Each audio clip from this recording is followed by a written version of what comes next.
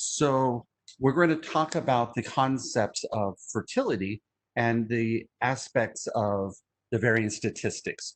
1 in 8 couples are said to have fertility issues.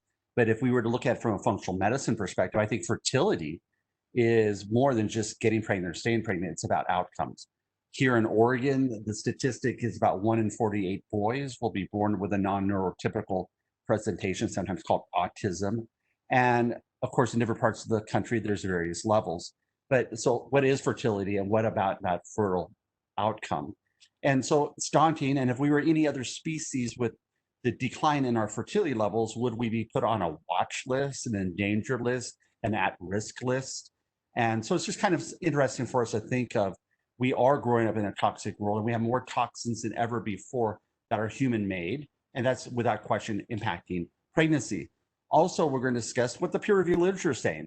And some of the literature is very compelling. It's not like it's a secret, but lots of patients just are not aware. So we'll discuss that today as well.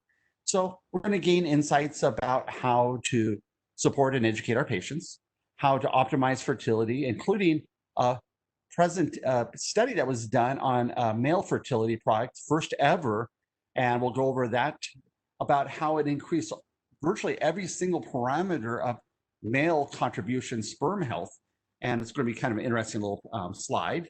And also identify toxins and fertility and pregnancy outcomes.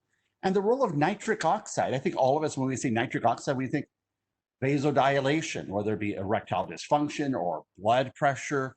But nitric oxide, I wrote an article in the NDNR, which is a naturopathic journal, on the role of nitric oxide, which you can request at the end. I'm glad to share that. Also, I'll be more than glad to share some other peer review literature that's shareable. It's in a public domain, which you might just find interesting, that supports this whole slide deck, which we'll be discussing. But nitric oxide, once again, drops by the age of 40. Lots of people are waiting to have their first family or continue their family into their 40s, and nitric oxide plays a huge role. And even food sensitivities can play a role in outcomes and also conception. Over the decades in my clinical practice, I've helped a lot of people get pregnant, stay pregnant, which sometimes is the bigger issue. They have no problem getting pregnant, but staying pregnant, lots of miscarriages. And actually, I was motivated to write one of my books, Couple's Guide to Enhanced Fertility, in 2004, when we lost a child in between our 2 boys that we had. And it's like, okay, well, there's a need here. And I just went through it with my wife of now 30 years. And I said, I wonder how many other couples are experiencing the loss of pregnancy. So the pregnancy aspect is, once again, getting pregnant, one thing.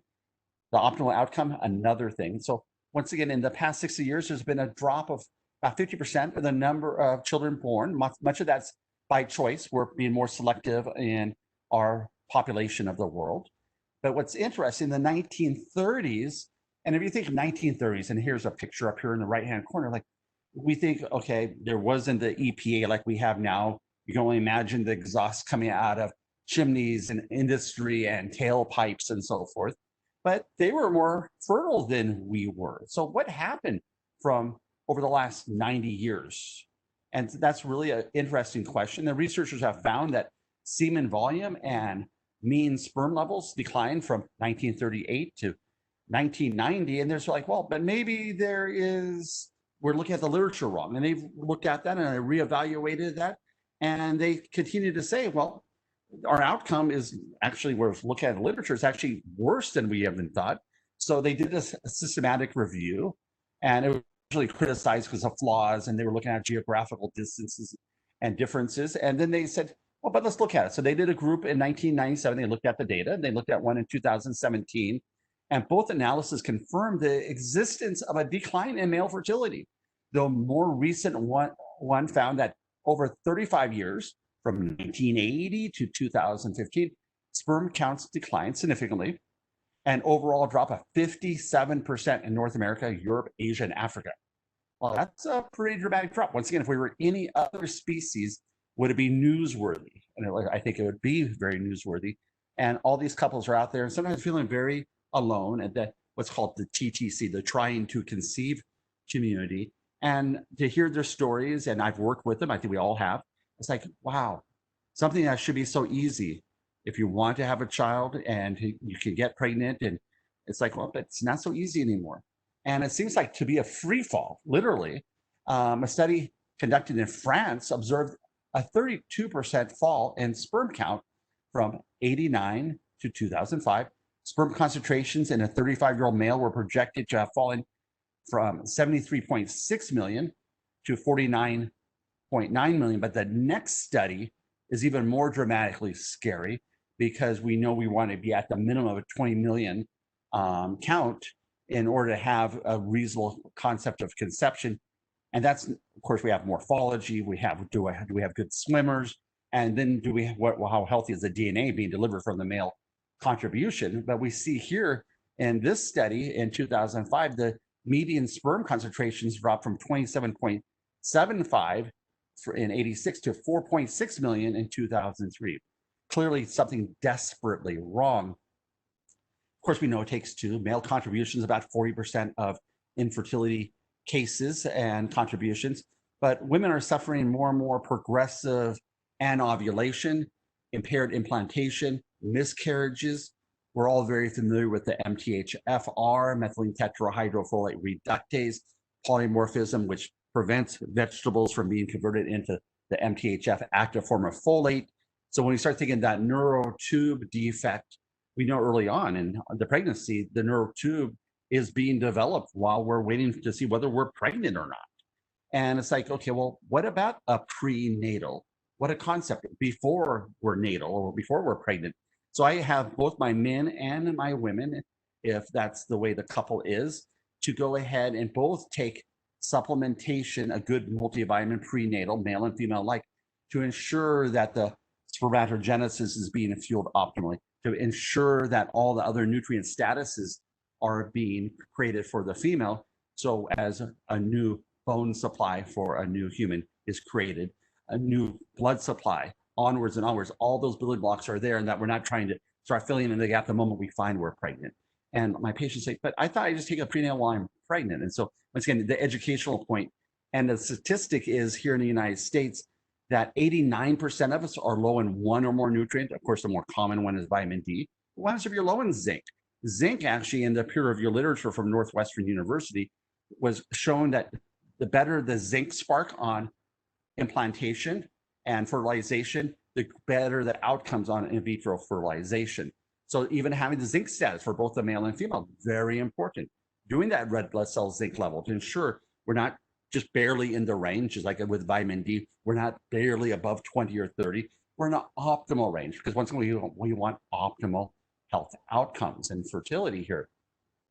So of course, we're juggling a lot of things as human beings. We have now more Zoom calls and webinars than ever. We have social isolation, and we also have more indoor air pollution. Lots of times indoor air pollution is worse than the outdoor air. In many areas, things are off-gassing, and we just have a very toxic milieu. And the question is, in the 1950s, there was a saying, better living through chemistry. And maybe not. Maybe some fresh air and walking to where we need to get would be a better choice. Toxins and endocrine disrupting chemicals, pervasive. Think of phthalates, think of the parabens, think of the bisphenol A. We now, of course, can work 24/7, and we have all our blue light emitting devices, our phones, which are mini computers, or our tech in front of us, or our digital devices. We're not sleeping well. And we also are fretful and we're worried. And I'm going to share an interesting article about wars, geographical wars, WARS, and how it impacted fertility. Well, have we, quote unquote, had a war on COVID? And have we had some stresses? Once again, not to make physical combat the same as the pandemic, but it's like, oh, we've been stressed, and mental stress impacts fertility. Of course, there might be a surge in fertility because, once again, everybody's been sequestered. And so there might be a higher rate. But once again, what's the quality of that outcome? Is it desirable from a peak healthy perspective? Back to that sunflower example, planting 3 sunflower seeds from the same mother plant. But one is, once again, an urban jungle. One is in a highway and byway thoroughfare of an interstate with pollution and dust and gravel and everything and salt, and then the other one's in once again a fertile field someplace. Exercise, very important, of course. Obesity, of course, a nemesis. Diet's a nemesis. Age and infertility, we know as we get older, our gonads aren't doing what they used to from a spermatogenesis perspective, but also our oocytes and our spermatogenesis, of course, impact outcomes. And once again, nitric oxide and fertility. And once again, I have an article available at the end that you can request. And marijuana. And this is not a judgment on marijuana, but I'm going to share a peer-reviewed journal article speaking about marijuana and also tobacco. And of course, we can argue alcohol and any other thing that's done in excess could also, of course, impact fertility. So, as you might tell from my last name, Meletis, or if I want to be very Greek, Christos Demetrios Meletis, they found a study in Greece that endocrine disruption is a very, very real concern. And so what they found, and of course is not unique to Greece alone, in our study, the first in Greece and one of the few existing in this scale globally, we observed lower phthalate levels and parabens daily intake for children and then mothers, while BPA daily intake was higher in children. Children metabolites of these levels decrease with age. And we know as we continue with this study that cord blood has upwards of over 100 cancer-causing chemicals. So once again, that lifeline between mom and outcome of the pregnancy is actually a toxic conduit. So they say some sources of exposure seem to be the same in mothers during pregnancy and afterwards. Male children demonstrate a higher concentration of 6 phthalate metabolites compared to females. Is that part of that autism spectrum, that it's a detoxification pathway? Is that one of the susceptibilities? So I just throw that out. This is a 2015 study. And toxins and endocrine disrupting chemicals, environmental toxins like heavy metals and chemicals are found in food, water, and so forth. Of course, if a person has a lot of metal in their mouth, might they have mercury exposure? Of course, we've told don't eat tuna fish. And I still have a couple dentists in this area that are still willing to do silver fillings with amalgams in pregnant women, but you're not allowed to eat the tuna fish or recommended not to. So kind of interesting. And also natural fertility, it's difficult to conceive. And we know that these toxic burdens have an impact on the hormone receptors throughout our body. And so what we see here is we have herbicides. And we're going to find that even chlorinated pesticides issue, but we're going to even find today that chlorinated water is an issue from the peer review literature. So great, I live in a municipality, I'm all civilized, I got chlorinated water and it can decrease my fertility, question mark. We'll discuss that today. And also triclosan, it's been banned here in the United States in hand sanitizer. But what's interesting, triclosan is still found in very high levels in people trying to get pregnant. And they found that there's a correlation between triclosan exposure and allergic outcomes. So the higher the triclosan, the greater the likelihood that the children would have allergies. And so it's kind of interesting. And then we looked at plasticides. We know that plastics are a big issue. Here in Oregon, you actually have to request a straw if you're at a restaurant because there's a ban on plastic straws. But now the question is, where do we get all these exposures? Well, phthalates, of course, come from things that we don't even think about, medical tubing. Maybe a person had health issues and they had to have IVs. Think about IV drips, quote unquote, healthy, but are they, once again, is there a risk associated with that? Also soaps, shampoos, nail polish, and hairspray.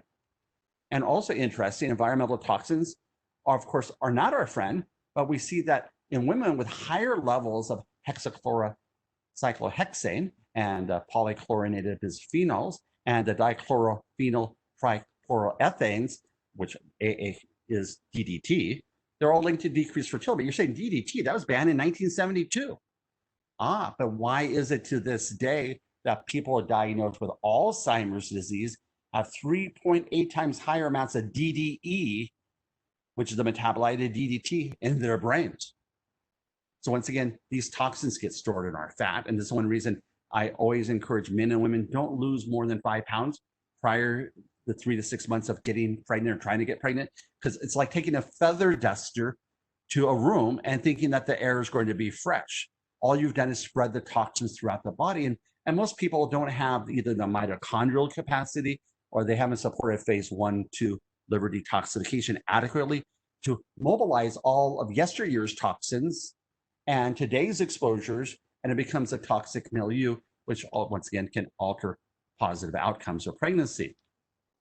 And women with the highest level of PCBs are 50% less likely to become pregnant.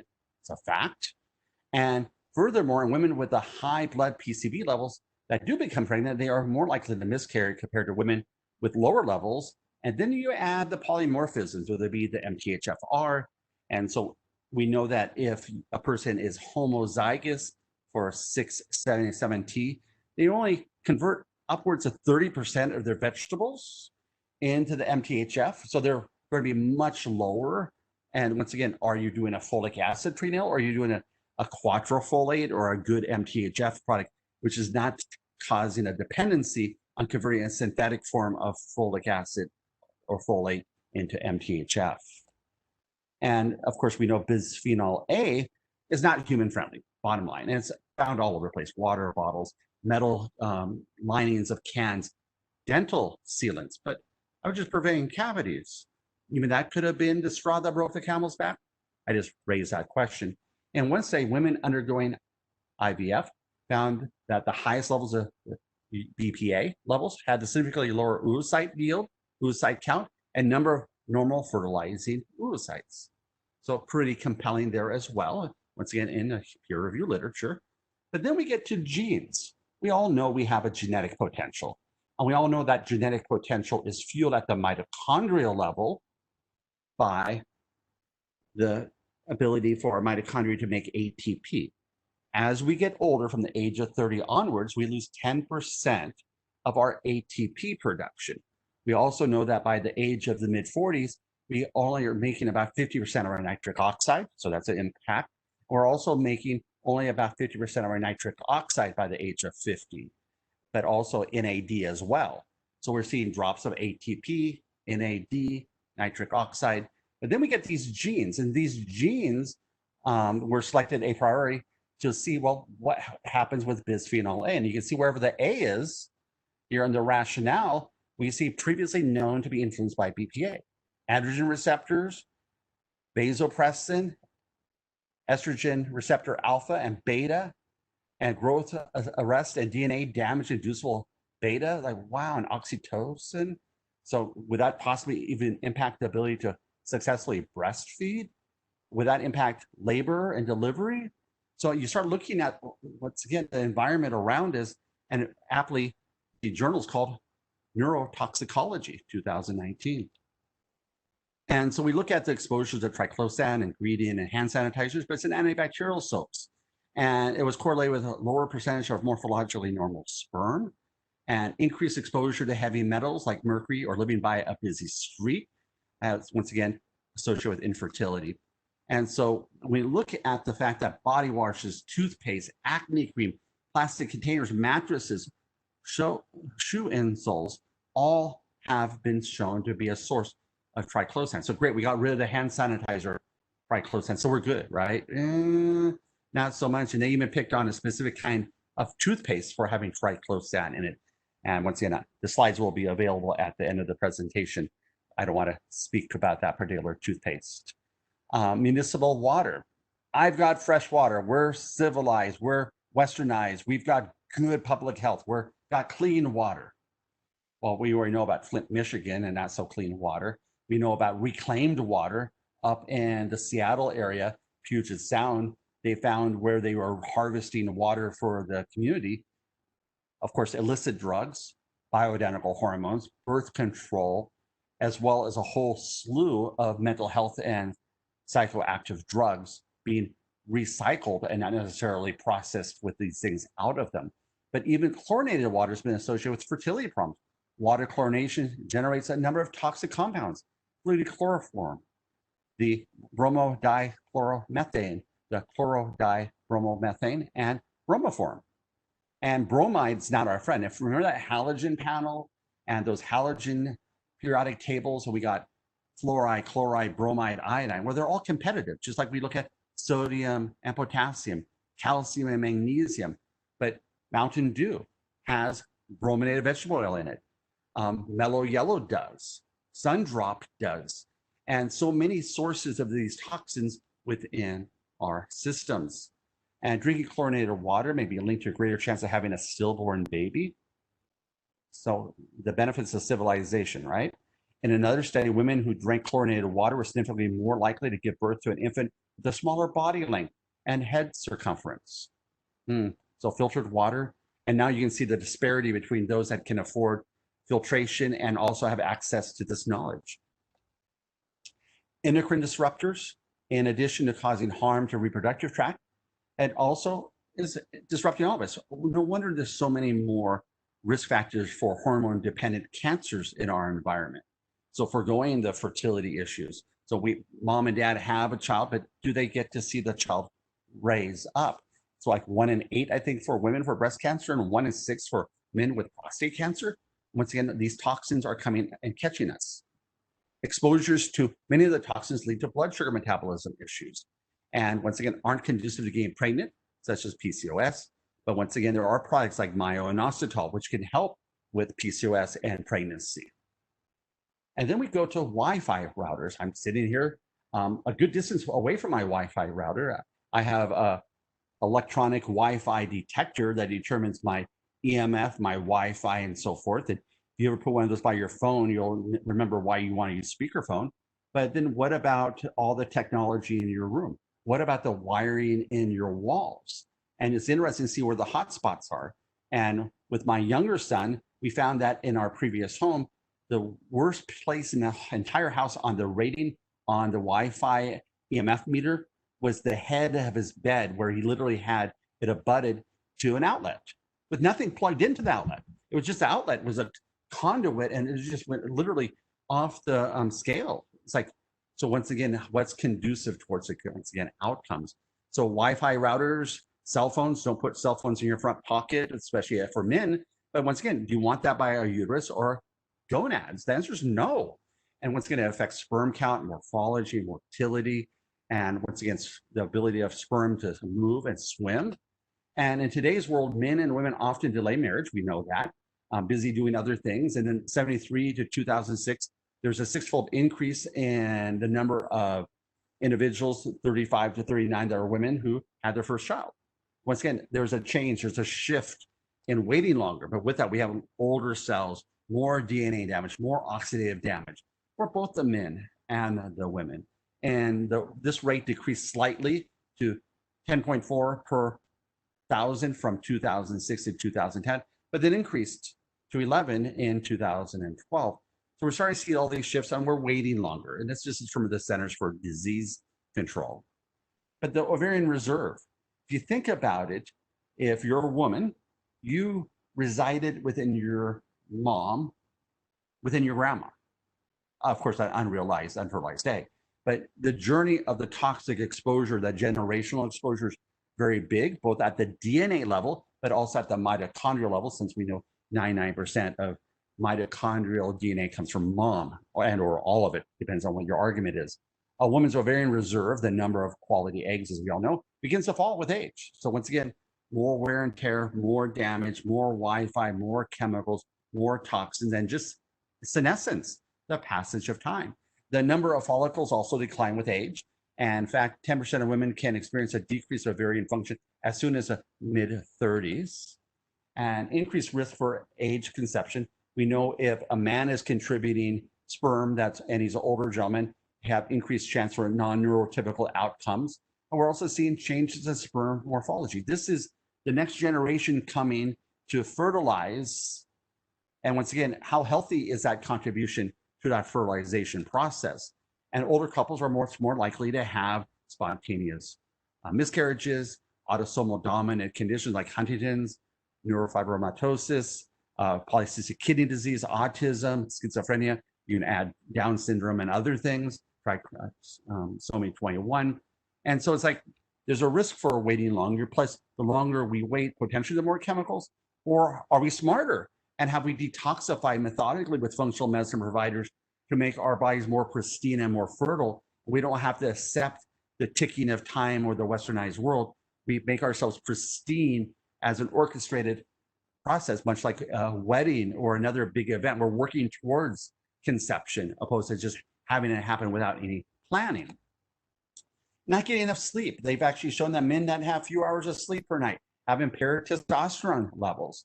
And men that don't get enough sleep, they also have lower fertility. And similar results found that in rodents, sleep restriction in rats led to a lower percentage of ejaculating males. And okay, or is that a pill deficiency, right? And a reduced number of pregnancies. After the rodents received enough sleep for 2 to 3 days, the fertility progressively returned. Once again, sleep. And if you look at the word restoration, the first 4 letters of restore are rest. And we got to sleep and restore our bodies, and of course, feel them properly.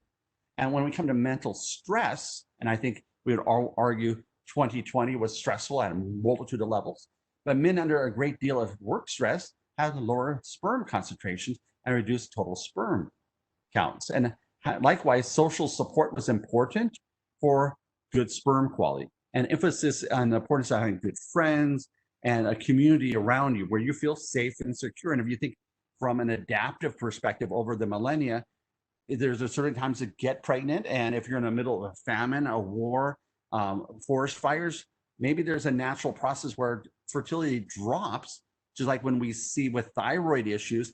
If a person's exceptionally stressed or inflamed or ill, their free T3 diminishes and the reverse T3 increases, which not only alters fertility, but alters the metabolic rate. So once again, I think there's some adaptive processes within human beings, but we're more stressed out than ever. And so when we look here at the impact of war, and these, of course, were literally physical conflicts, they looked at all these various wars, and they saw that amenorrhea, World War II, imprisoned women in German concentration camps. Amenorrhea increased significantly in the imprisoned women. After liberation, 8.9% of women resumed menstruation. Was that stress or malnutrition? Question mark. In the Lebanese war, women who remained in the conflict zone showed a 35% menstrual disorders, and once again, improved over the course of time. Australian male and female veterans in the Gulf War, risk of conception difficulties were increased amongst the male veterans. And UK male veterans of the Gulf War reported infertility were higher in the UK male veterans. And once again, I think part of these skewed data points of male and female is the number of people serving in the military in terms of male and female. Australian male veterans showed an increased rate of fertility problems as well. So now we've had a war on the pandemic or the COVID, and we've been sequestered. Have we had stress? Different than a war, not to make light of wars.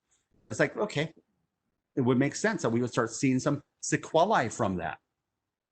Then we see the multifactorial aspects of declining sperm counts with marijuana, tobacco, chronic disease, diet, obesity, environmental toxins. And this was a 2020 journal article. And then we look at a case of mine, a patient case. A gentleman has a 4-year-old daughter now, but at the time he could not seem to, with his wife, have another child. And they tried, and miscarriage after miscarriage and misfortune after misfortune. And he worked hard, 5 to 6 days a week, construction, exposed to various toxins and chemicals. He's 40 pounds overweight. He consumed the standard American diet. In fact, he posts my latest salad, and it's a big slab of meat on the grill. And he says, how am I doing on my salads? And he drank alcohol, had lots of sugar, lots of caffeine.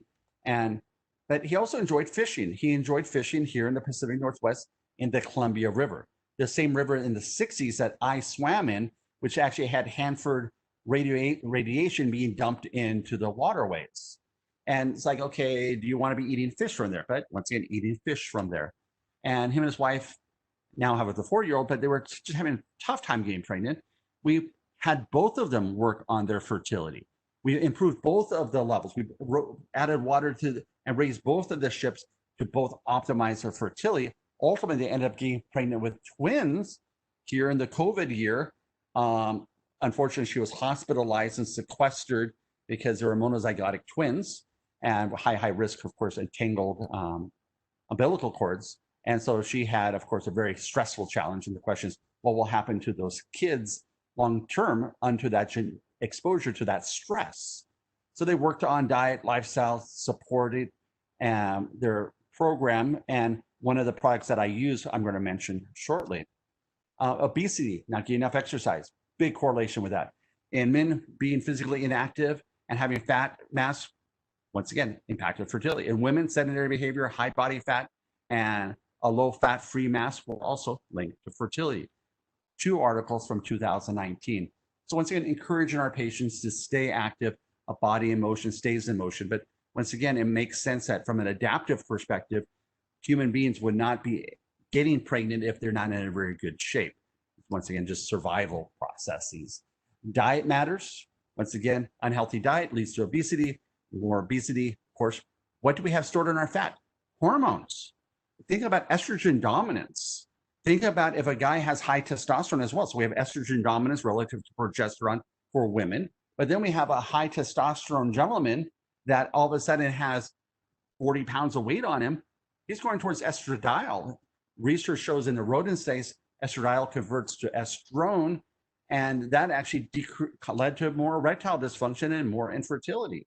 So it's kind of interesting to see, once again, the fatness of our diets and now the toxins stored in our fat are a big contribution. So a high fat diet is independently linked to a low sperm count and a number of animal studies. And of course, we always have our food choices, just a click away. In human studies, researchers compared men eating a prudent diet consists of high intake fish, chicken, fruit, vegetables, and whole grains, and those that are eating junk. And there's a big correlation between lower sperm quality. This was a 2018 study. Junk in, unfortunately, not such good things out. Mediterranean diet, and once again, traditional diets, which are more health promoting, makes sense. Think of Hippocrates, 400 BCE, walking around fish, maybe an egg, some olive oil, some vegetables. And I think mom was right. 5 to 7 servings of fruits and vegetables. You need to eat your vegetables. Oh, yes, we do. Now we have to make sure they're clean and not laden with, of course, herbicides and pesticides, which we'll chat about briefly as well. But men who ate the prudent diet had higher sperm counts. They had lower percentage of DNA sperm fragmentation, and they generally felt better. And eating an unhealthy diet contributed to all kinds of diseases, but also, once again, decreased fertility. We're not healthy, so we're not contributing to that fertile ground, male or female alike. Pesticides. Eating fruits and vegetables that aren't organic can lead to increased exposure to toxins. One of the interesting things I've seen over the years, it's gotten a little bit better, but when I graduated in 1992, they said, why do I need to eat organic? My grandfather and grandmother didn't go to the store buying organic. They had a garden in their backyard and they weren't spraying it. It was organic, unless, there's lots of lead paint and whatnot. But once again, generational, we never had to worry about GMO and non-organic like we do now. Study of 325 women found that the subjects who ate the most fruit and vegetables with the highest pesticide residue found it more difficult to become pregnant. But I'm doing fruit smoothies every morning. I'm doing it healthy. Sure looks good on paper and good for them for trying to be healthy, but once again, being misinformed about the fact that we don't have the regulations to actually protect ourselves. This was JAMA Internal Medicine 2018. So it's not a oddball journal speaking to the fact that we're poisoning ourselves and we're an overfed, undernourished society. And so organic foods are important, and for all kinds of reasons, not only to protect against the pesticides, herbicides, metals, and so forth, but it helps with overall well-being. And so once again, live food for living people, and as I say, dead food for dying people. So when it comes to organic foods, we have more polyphenols, we have less pesticides, less antibiotics, of course, when we think of animal products. And once again, it's going to alter our microbiome. For those of us that do lots of stool testing, we know one of the things which we like to see is where's a person's beta-glucuronidase levels. Of course, an enzyme produced by our microbiome, and if you have a really high beta-glucuronidase levels, you're more likely to reprocess your xenoestrogens and your endogenous estrogens, and you're adding yesterday to today, leading to a toxic milieu. And the more toxins we have passing through our liver and gallbladder, for those that still have their gallbladders, what's going to happen? That's all going into the GI tract, where the microbiome are trying to live and create a community to sustain our well-being. Our 70+% serotonin, our 60% dopamine, our 70% plus immune system, all in our gut, but we're having all these toxins go through the liver, phase 1, phase 2, and it's altering our microbiome. And this is why we have to take care of that microbiome also when we're detoxifying as well. Because once again, they're going to get all those toxins going by, and we're asking the microbiome to flourish and then asking us to flourish as a result of that. And then we get to the microbiome of the female reproductive tract. And we see that there are certain risks. Right now, I'm working with a woman that has one ovary left. She's had 3 ectopic pregnancies. She gave me a call and says, Chris, I'm having trouble and we don't want to do IVF, even though our GYN is suggesting it because the next ectopic pregnancy could cost me my life. So she knew all the risk factors. But she says, I want to go ahead and try it naturally. And of course, I had to counsel her about all the risks. But I said, so you had a STI during college, maybe? She says, yeah. Chlamydia? Yeah. So she had scarring of her tubes. But once again, what is the microbiome within her female tract? And does that alter not only the implantation, because we know the placenta has a microbiome, we know the breast has the microbiome, we know the uterus has a microbiome.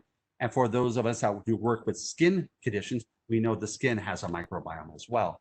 So we want to look at all these risk factors that lead to gynecological as well as male diseases that alter fertility levels.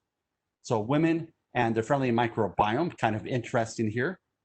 Once again, think about breastfeeding. We think about where does baby get their microbiome inoculation? Well, we think, of course, vaginal delivery versus, of course, a C-section. But placenta, breast, uterus, and fallopian tubes all have a microbiome. So once again, these articles are available at the end of the presentation via an email. We have the environmental working group and the foods you should never eat if they're, once again, or when I say never, of course, if you're going to starve, there's a time, but strawberries and spinach and kale and nectarines, these are all what's called the dirty dozen foods. You go to EWG.org, Environmental Working Group, you'll see the Clean 15 for those that are on budgets. You can buy those things and feel relatively okay about it. These are the ones that just, it's not worth it. And then we look at prenatal food exposures and toxins, peanuts and so forth. And we see here the prevalence of a peanut and tree allergen is tripled in the past decade. And so as a result, prenatal exposures can actually lead to problems. And their conclusion was neither maternal infertility nor exposure to the peanuts or sesame seed oil through progesterone support during the thing arrested. But what they did find is that there was increased odds of having a peanut allergy or sesame seed allergy from ingestion of maternal. So again, what moms is exposed to stress-wise and toxins, a big issue. And we get back to nitric oxide. And I have a nitric oxide article once again available. And we see that's produced in most cells of the body, widens our blood vessels. It's made from nitrate. We usually say, well, as long as I eat enough green leafy vegetables, we'll be fine. But usually that's not the case. You can see the salivary testing here. And nitric oxide regulates a number of processes involved in conception, a pregnancy, ovulation, implantation, maintaining a pregnancy to term, labor, and delivery, and even helping address eclampsia and preeclampsia. And so kind of interesting to see nitric oxide. We're not eating our vegetables and we're not supporting nitric oxide levels. And our body makes it every day. 1998, it won a Nobel Prize. 3 people shared the award because of its role in human physiology, an amazing gas that our body makes with a half-life of 3 to 5 seconds. Marijuana, with legalization of marijuana, we're going to probably see more and more recreational use. And of course, I'm in Oregon, so of course we see a lot of it. And marijuana correlates with decreased sperm motility and abnormal sperm morphology. This was Andrology 2020, current journal. And marijuana and tobacco, one systematic review of 48 states suggested that marijuana use may be associated with alteration in morphology, sperm count, concentration, motility, and viability. And likewise, smoking tobacco can cause similar issues as well. Gluten and food intolerances. My clinical experience is gluten does impact many aspects of our well-being. Obviously, if a person has celiac disease, we have nutrient deficiencies, but we're also going to see that we have multiple other considerations when it comes to health and well-being. Gluten, if it causes a malnourishment of B12, vitamin D, vitamin K onwards, we're going to see a problem. But other food intolerances have also been starting to be researched to show that it increases the likelihood of a child maybe having a non-neurotypical outcome. And when it comes to modern threats to fertility, There's a lot of them.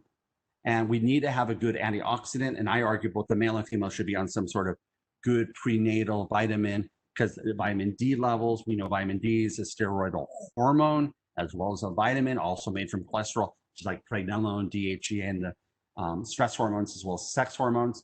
And so once we need a good antioxidant, and there's a lot of factors to consider when it comes to improving both egg and sperm quality.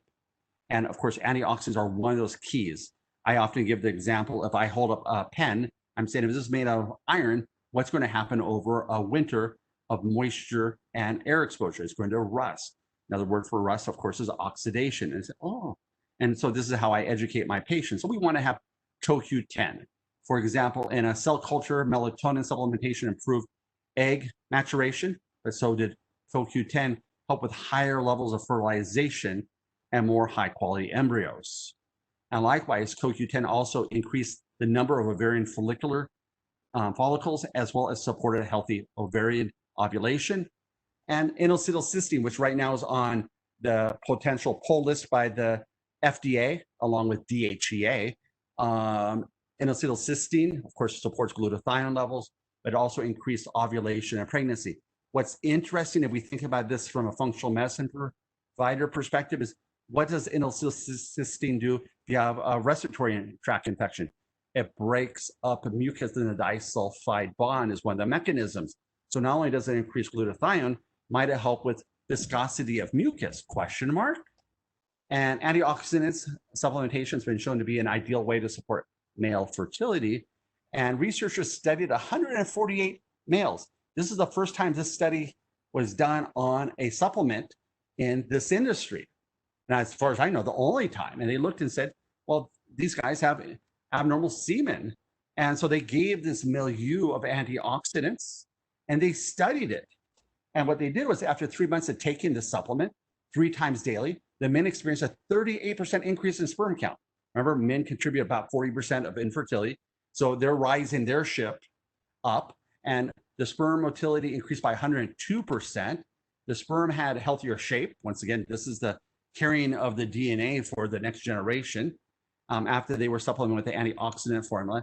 And when the sperm were attacked by free radicals, or DNA typically break apart, the antioxidant fertility supplement caused DNA fragmentation rate to drop by 17%. And the product was FH Pro for men from Fairhaven Health. And once again, unique study. And you can see here, 38% increase in sperm count, 17% drop in DNA fragmentation, 102% increase in progressive motility, opposed to literally proverbially chasing their tail, increase in morphology. And over the course of the study, they saw that 119 had at least one abnormal parameter at the start. After 90 days of taking this, they saw a 55% increase in sperm count, a 21% decrease in fragmentation, 143% increase in progressive motility, and an 86% increase in morphology. So we're seeing a nice improvement on the male contribution, but both male and female have to be optimally fertile ground because they're creating a lifetime of consequence. So a glimpse at the literature shows that in a groundbreaking study conducted on the Fairhaven product for 180 days, the results showed that supplementation with FH Pro for men resulted in increased expression of sperm proteins associated with spermatogenesis, maturation of sperm, sperm binding function, and fertilization process. Once again, the genesis, hence spermatogenesis, of the male contribution to the equation. And once again, ISO compliant, GMP, 25 ingredients, and once again, studied. Once again, we, of course, vet our products in our practices all the time. Do we have literature showing that this is worth employing? And so once again, looking at the changes here from the FH Pro for the clinical trials, we see sperm count, once again, improved, everything, once again, having some nice improvement, and oxidative reduction potential, once again, protective. There's also a female woman's formula equivalent as well. We know that veggies are not enough for nitric oxide. Once again, you get it fertilized, we have enough sperm, we've got the egg, and now we have to have implantation. We have to have the propagation of that pregnancy. And once again, nitric oxide is important. And so once again, an article I've written that's published that I would be more than glad to send to you as well. Once again, peer review literature at work for us. Functional medicine validated in the peer-reviewed literature. You also want to measure toxins and pollutants. And so once again, looking for how many phthalates, xylenes, toluenes, and whatnot you have in the body. Simple organic acid tests, lots of laboratories offer this. Reduce our exposures to radio frequencies. Don't have that cell phone near the reproductive regions. Turn off your Wi-Fi at night.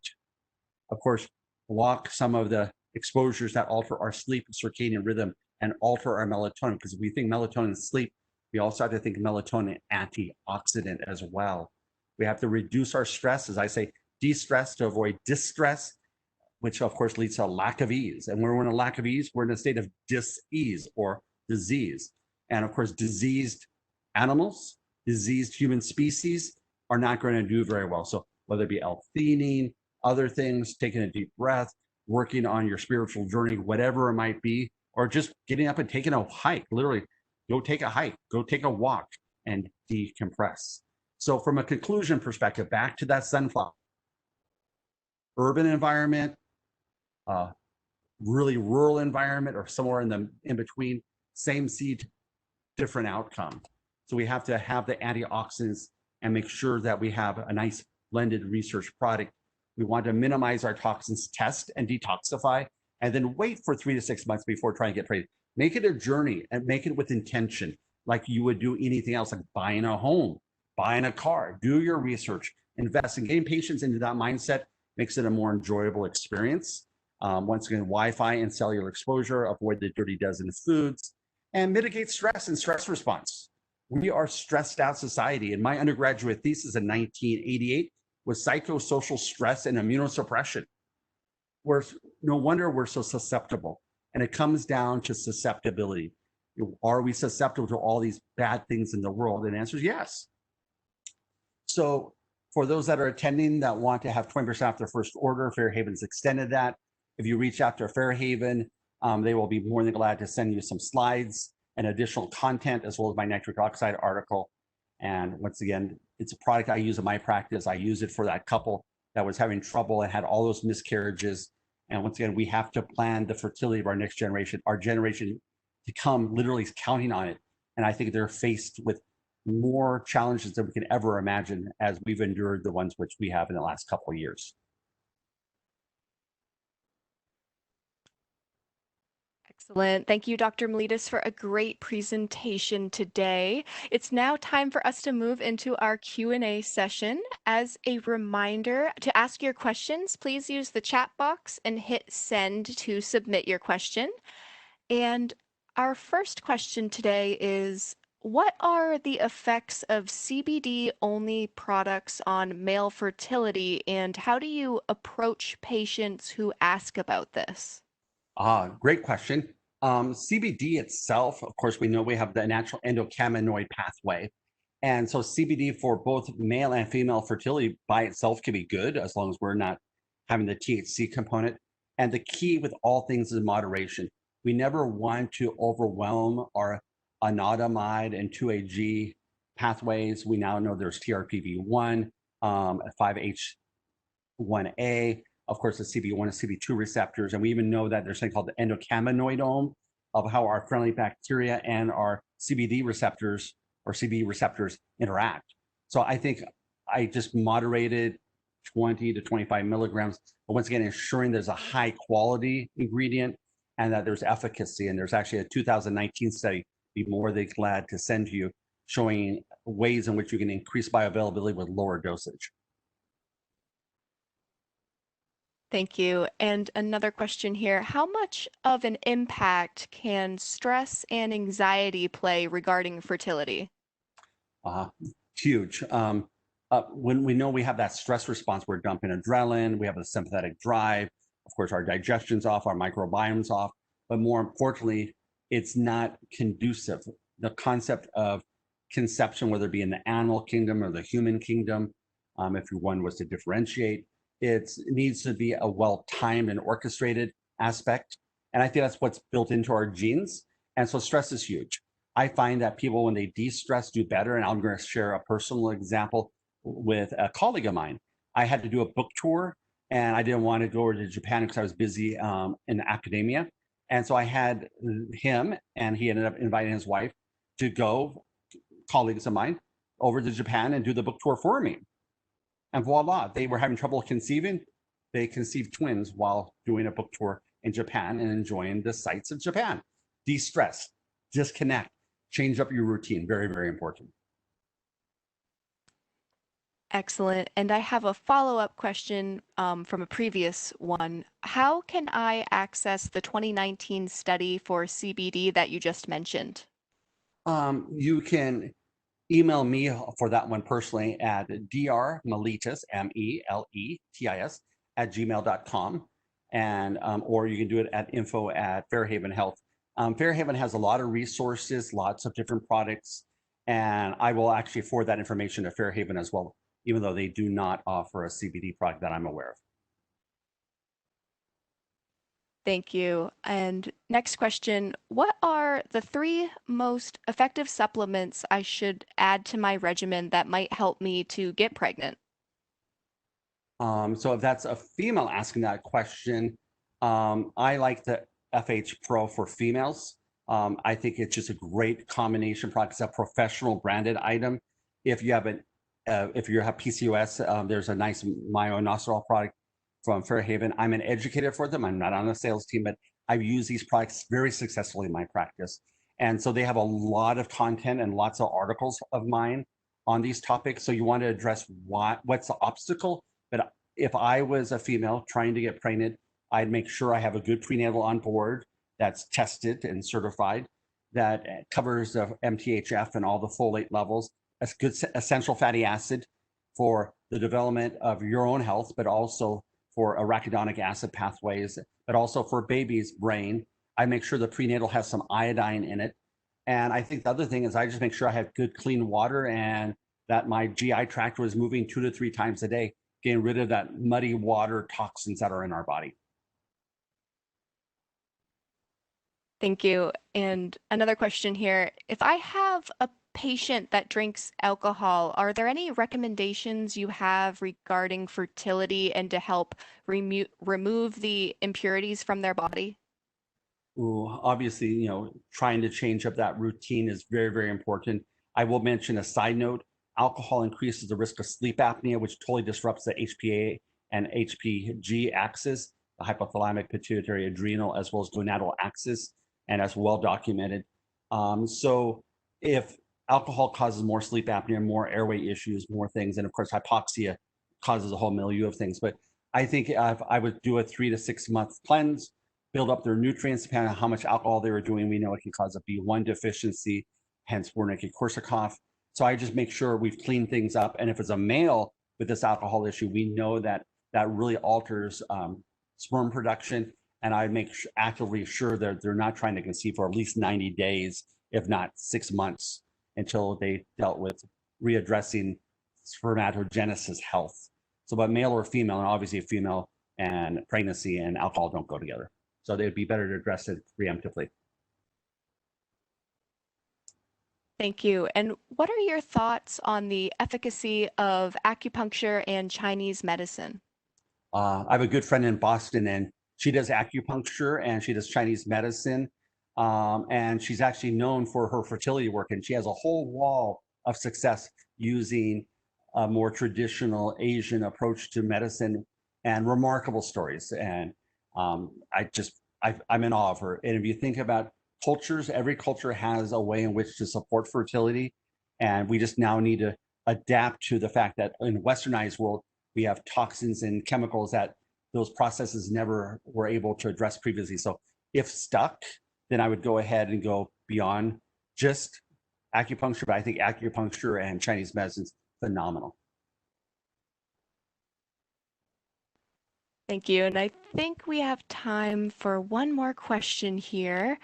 What are the 3 most important things that you tell your patients they should be doing to improve their fertility? Eat clean, sleep, and detoxify. And of course, it's a given we're all undernourished. I have to make it 4 things: a good prenatal male and female. Once again, for 3 to 6 months before conceiving on both sides. It's not fair for just one part of the equation to be taking care of themselves and expecting to take all that responsibility. Thank you. And it does look like that is just about all the time that we have for today's program. I just have a few housekeeping notes to go over before we officially close out. If you could please fill out the short evaluation form that will appear once you close out of the webinar so that we can better serve your needs in future webinars. And as a reminder, the on-demand materials will be emailed to everyone within 2 business days, and this will include the link to the recording of today's presentation. And thank you again to Dr. Meletis for a great presentation today. And thank you to all of our attendees for taking the time out of your busy days to join us. This webinar was brought to you by integrativepractitioner.com and sponsored by Fairhaven. Thank you all and have a great day.